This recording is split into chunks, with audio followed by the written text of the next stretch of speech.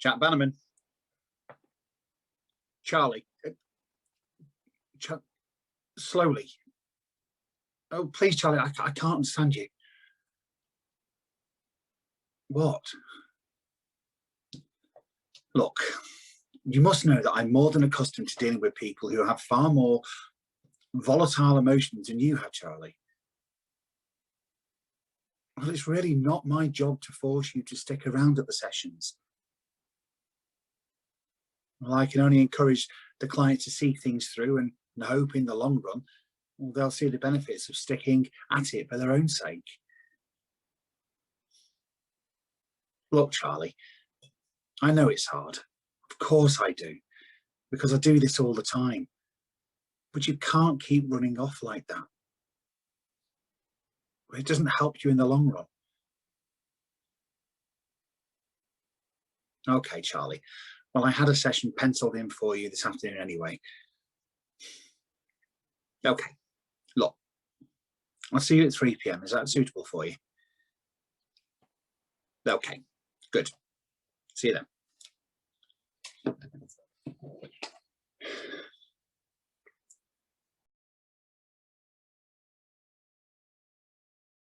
Jack, look, I'm sorry. It's...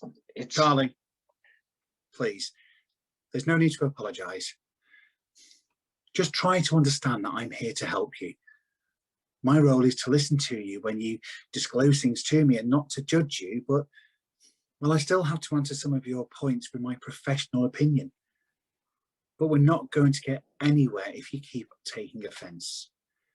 And yes, before you say it, I know the struggle this must be for you. I see your pain, I really do. And I know that you're going to run the gamut of emotions as you talk to me. But I would just urge you to try to control the need to run.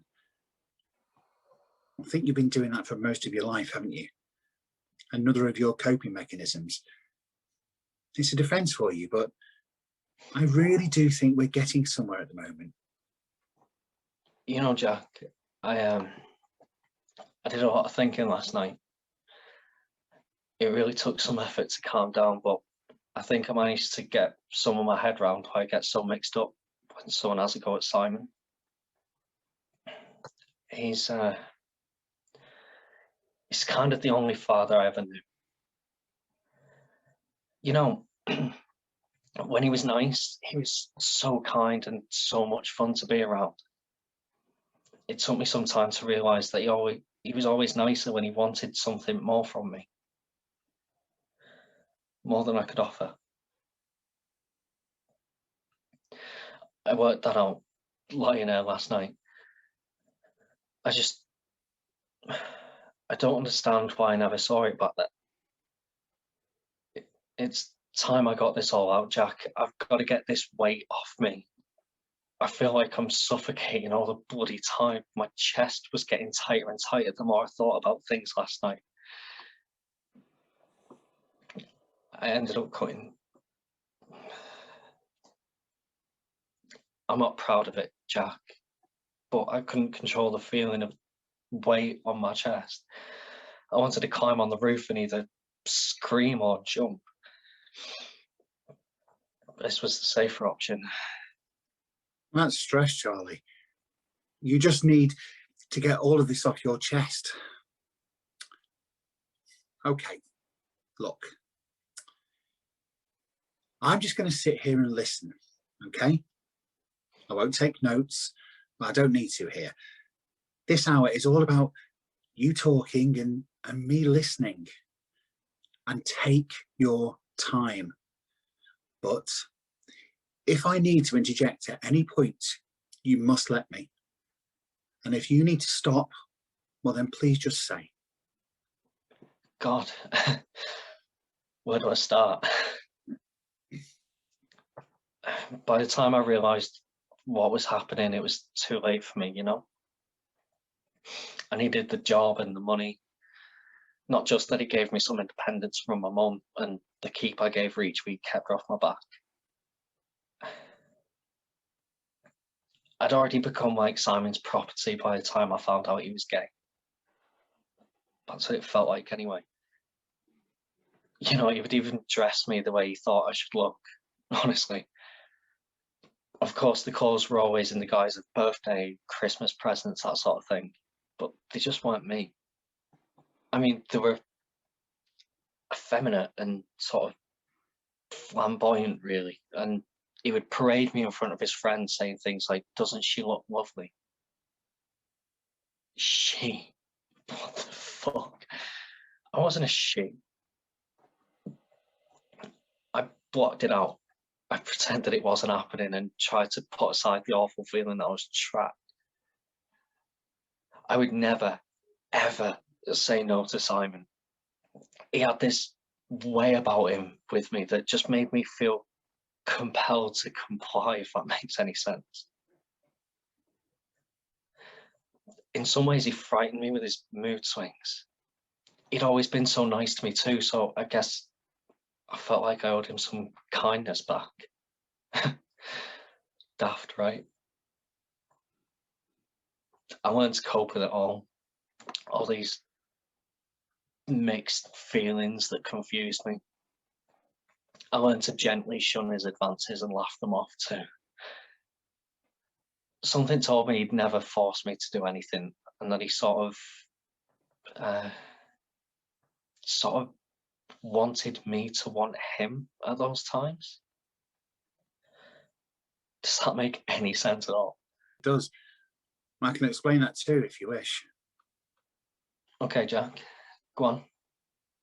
Well, some predators, sorry, people like Simon. No, sorry, let's just say this as it is. Some predators feel the guilt of what they're doing at times, I'm sure. They're intelligent enough to know right from wrong, and that guilt is lessened if the other person submits to them willingly. They can fool themselves into thinking it was consensual when we all know that this was not really the case here, Charlie. Okay, so he was nice to you, but that's part of the plan. I think you can see that for yourself by the way you're talking. Yeah, that makes sense, I guess. It did become like a game.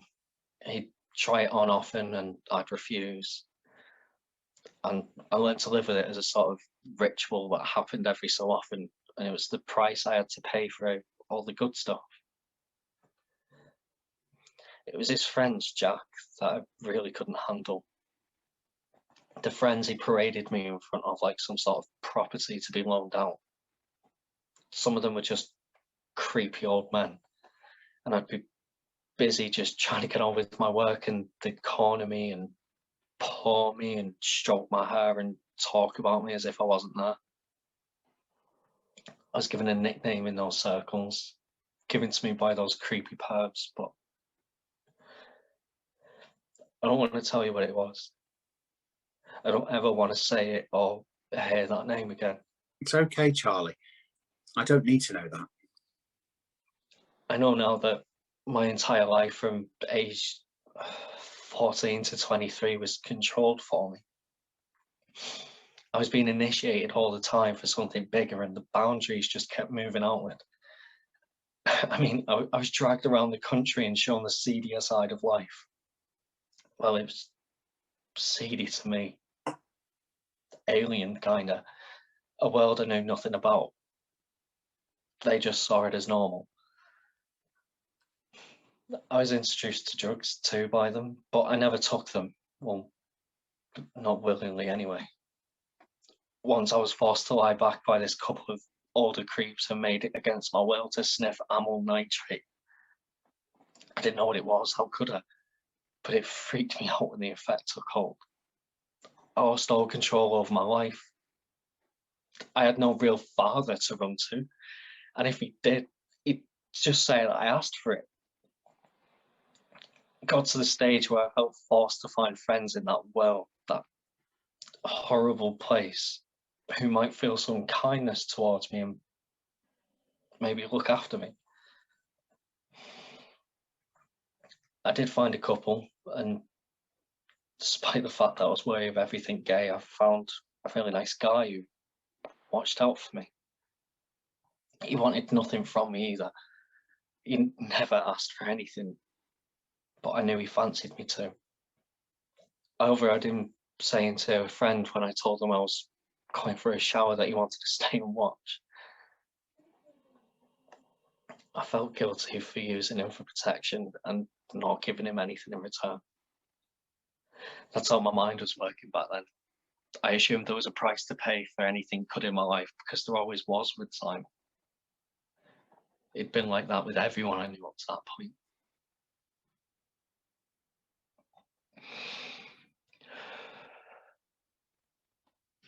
I can't explain this, but I was falling in love with my nice friend, and that just made me beat myself up even further, because I hated the circles I was moving in. But he was so nice, he really, really was, and decent with it too.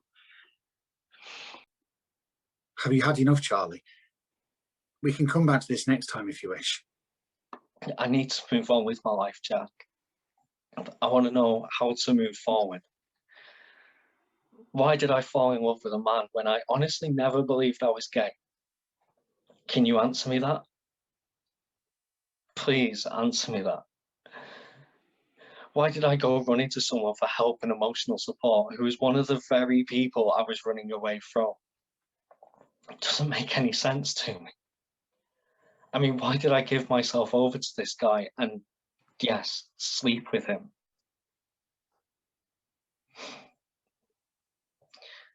Can people be nurtured into being gay as well as being born that way? Is that even possible, Jack? Or am I just fooling myself and I've always been gay and Simon saw that in me from a young age? Is that possible?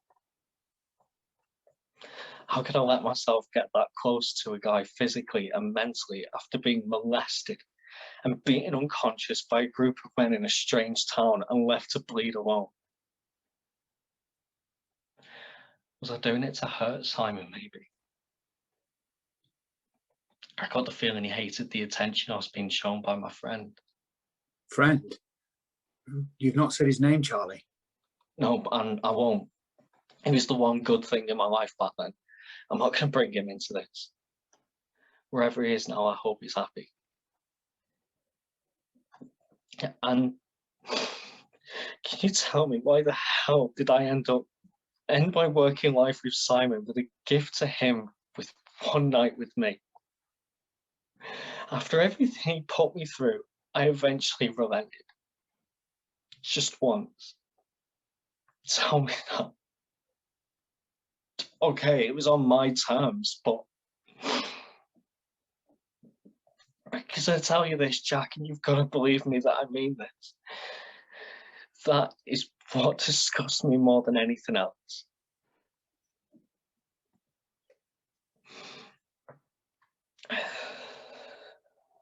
That's it, Jack. I could sit here for days and tell you the stories of my past, because there's so much that I can't explain or live with. Jack, someone's gonna help me, because I swear I can't live with this. I just can't. I can't live with the memories of what happened to me and what I've become. What have I become? I don't know what it is that I am, Jack. I've only ever been told what I am by others. I've never had the chance to work it out for myself.